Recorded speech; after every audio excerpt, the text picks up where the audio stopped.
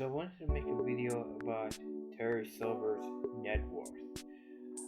I actually got curious about how much money Terry Silver makes or has accumulated because I keep hearing people say he's a multi-billionaire, and I actually disagree. He is not a multi-millionaire if we go by the evidence.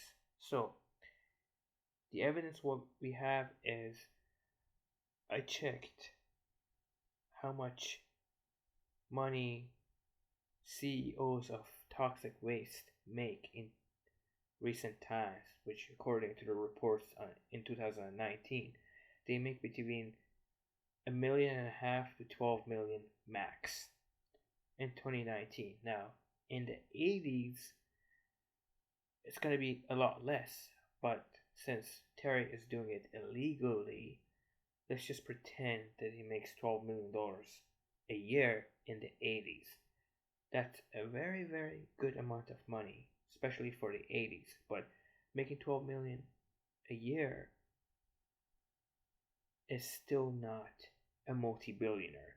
So, in my estimation, with inflation and with the fact that in the deleted scene, Terry mentioned that he lost his company and half his money, but then he reinvested in starter companies, and then he made all his money back and some more, meaning that he probably regained and replenished the lost money, and he made a little bit more money than he had previously.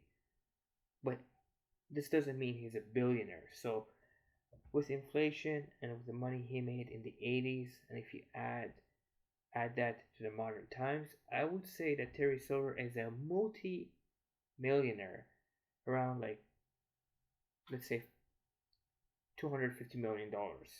And like the houses that he has, like Annette's house, which is the original Karate Kid 3 house, that actually costs around 18 million. So if you have 250 million as your net worth, you can easily buy those type of mansion in LA.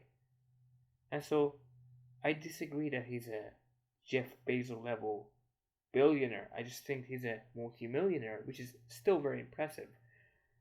But a lot of times people are overestimating his net worth, and I just want to make this video using and providing evidence that I have to kind of give an accurate portrayal of Terry Silver's net worth.